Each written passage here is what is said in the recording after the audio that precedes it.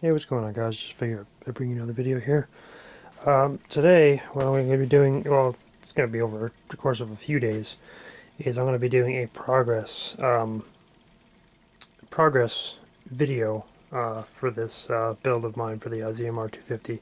Now, I do want to start off by saying this is not going to be a step-by-step build, so if that's what you're looking for, this is not going to be it. Okay? It's just going to just show the progress and how, well, how I'm making out with it.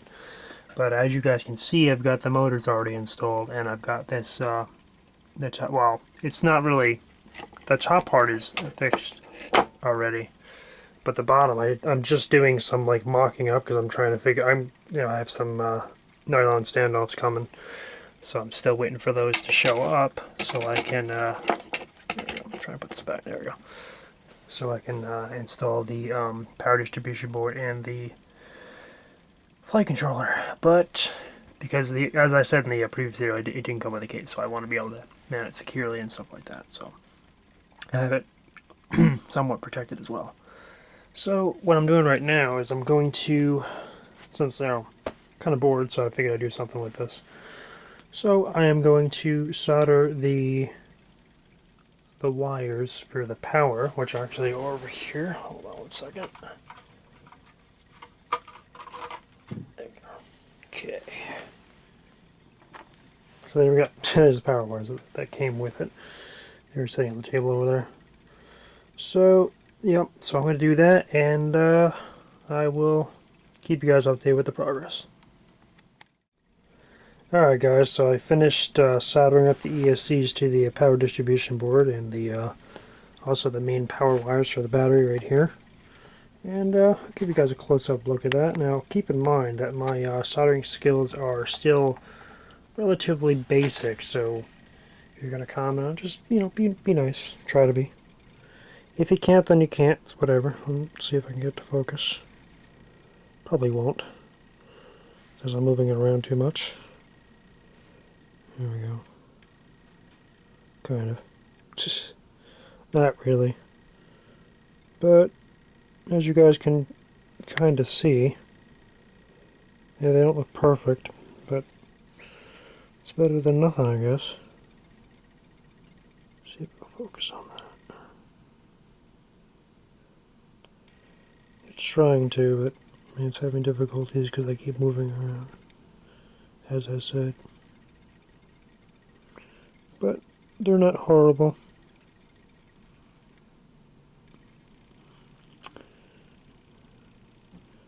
My roommate did tell me that I probably should fill the pads up more. Should be covering the whole thing, but he said it should be alright as long as it's, kind of, the solder sweat through the pad to the other side, which, as you guys will see in a second, you can see there. You can see my finger through the, kind of, you can see my finger through the ones that haven't been soldered to, and the ones that have been, you can see there's solder in those holes. So, which indicates it's gone all the way through. Some more than others because I was a little solder happy. Yeah, but so now all I have to do is wait for the standoffs to come in and the bullet connectors, and then that should be it. And then I'll be putting it together. Well, the rest of the way anyway, so I'll keep you guys updated. Hey, what's going on, guys? So it's been a few days since I did a update on the progress of my ZMR250 build. I have since then got the bullet connectors in and the standoffs.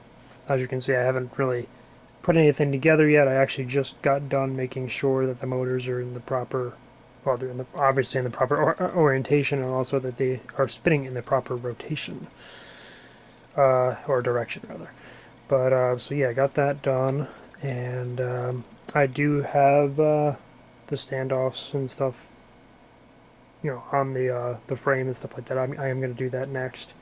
Did run into a little bit of issues because of the fact that if you look at the the flight controller, you can see that the pins are actually, straight up. They're not right angle pins. So I my first attempt to mount the power distribution board and the flight controller on the bottom plate, stacked on top of each other, didn't work out because of the fact that even though I used 6mm standoffs, 6mm standoffs for the power distribution board and 6mm standoffs for the well, actually those are spacers, but either way, just keeping away from the board. They it didn't work out because there wasn't enough clearance because of the fact that if you look, as I said, you guys can see the pins are straight up, but look how much, and that's with the wires kind of, not squished down, but even if they're kind of squished down, you can see that's a substantial amount of room there. And you don't have that much room between the top plate and the bottom plate. That's not going to work.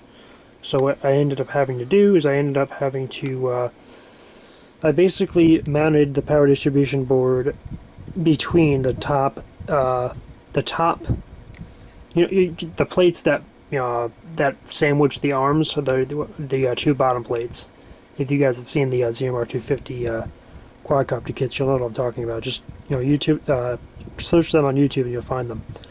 Well, there's two bottom plates, and I sandwiched the power distribution board between that, and I did make sure to put electrical tape down on those, between there, because of the fact that, as you guys probably know, carbon fiber is conductive, and if you don't do that, you're going to short stuff out. So I did that, and it looks pretty good. I'm going to double check it before I put it together just to make sure, because I went through all this work. We've got bullet connectors. It took me a long time to do all that because, as I said, my soldering skills are crap.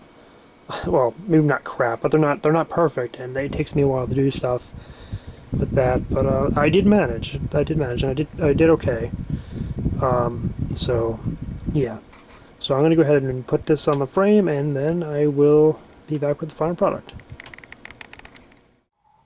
All right, guys. So as you guys can see here, I have the finished project as promised.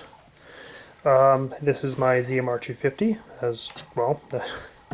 It's been about the ZMR250 the entire video, but anyway, just figured I'd just point that out for no apparent reason, just because. But let me give you guys a little bit of a rundown on what we got here. We have, in the front, is the FS CVT01. This is a FlySky voltage telemetry monitor, which is basically to transmit voltage information to my FSI6. There we go. Sorry about that. And then we have here the Flip 32 Plus, which is basically a, I guess you can call it a knockoff version of the Naze 32. And I also see we have a ESC wire that's kind of, it's not coming off, but it's kind of skewed there, but I'll fix that later. But should be alright. Shouldn't come off. It's just they don't have much tension around when they're around those posts like that, but they seem to kind of move around. This thing gets jostled quite a bit. I'm not a perfect pilot with this thing, and I do kind of land a little hard. But yeah, I'm working on that. And on the rear of the to the rear of the flight controller, we have the FSI-A6B. This is the receiver to my FSI-6. Initially, the FSI-6 comes with the FSI-A6, the original IA-6, and that does not support telemetry. So the newer models of the FSI-6 do come with that. As do the FSI-10 and all that. They come with that. They've always come with that, the higher models. Right now I'm currently running 60/30 Gym Fan ABS plastic blades. I do have a set of carbon fiber blades over here, as you can see. But they've seen better days. I'm sure you can see that one right all the way on the right is not as long as the others. Well, yeah. They've gotten beaten up quite a bit. As I said, I'm not perfect with flying this thing. I'm still working on it. I've still got some tuning to do, actually, as you guys will see, because I will give you guys a short flight video. It's not going to be, I mean, it's stable, but it does have tendency, it does have the a tendency to wander. Not too bad, and that's just because it doesn't have GPS and stuff like that. And again, my tuning is not perfect. Still gonna work on that, but so yeah.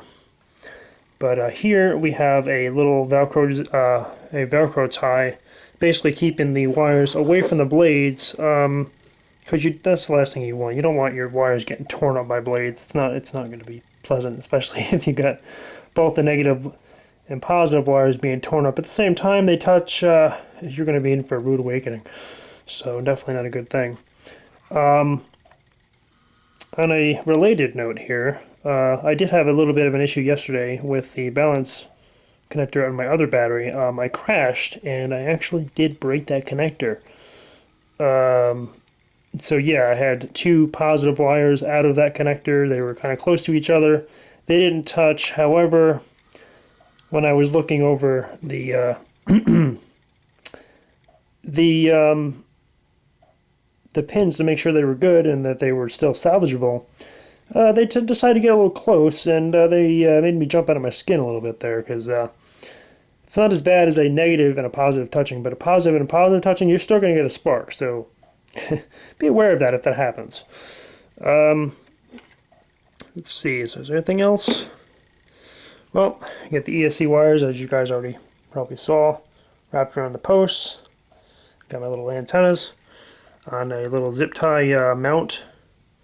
This is not my design. I've seen this done on several ZMR250 builds on YouTube, so kudos to whoever came up with that. It was a pretty smart idea.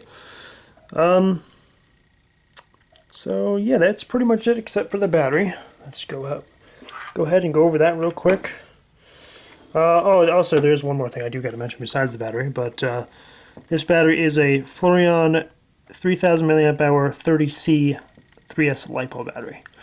So it's a pretty good battery. They do have a little bit of issues with balancing when you first get them, so be aware of that. They're good though. They give you good decent runtime. In 25-degree weather yesterday, I got about a good 20 minutes of runtime out of it. When it's warmer, they tend to run a little longer because it's not cold, obviously. So they tend to do better in that in higher temperatures. So I expect in the summertime will be decent, as long as it's not super hot, because I would imagine they don't like being hot either, as most batteries don't. But and last but not least, I do want to mention these feet. Now, they come with the kit. They're okay, but I'm going to tell you something right now. A few hard landings, and then they end up like that, and they become loose. Now, I do have a set of feet. They're going to be they're not ABS. They're polyurethane. They're 3D printed feet. They were like $20 for 4 of them. So they're pretty expensive, but hopefully they do well. I will link the seller's description. Got them off of eBay.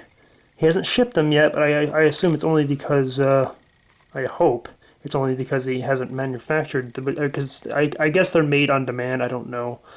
But if I don't hear anything by Tuesday, I will be messaging him to make sure everything is good. I hope. Because that's the last thing I need, is I don't want somebody saying, oh yeah, you give me $20 and I'm just going to take your money. See you, bye. It's like, okay, that's great, thanks. Not really. But anyway, that is pretty much it, I guess. So I will leave you guys, as I said earlier, with a short flight. And I hope you guys enjoyed this video. And, well, have a good day.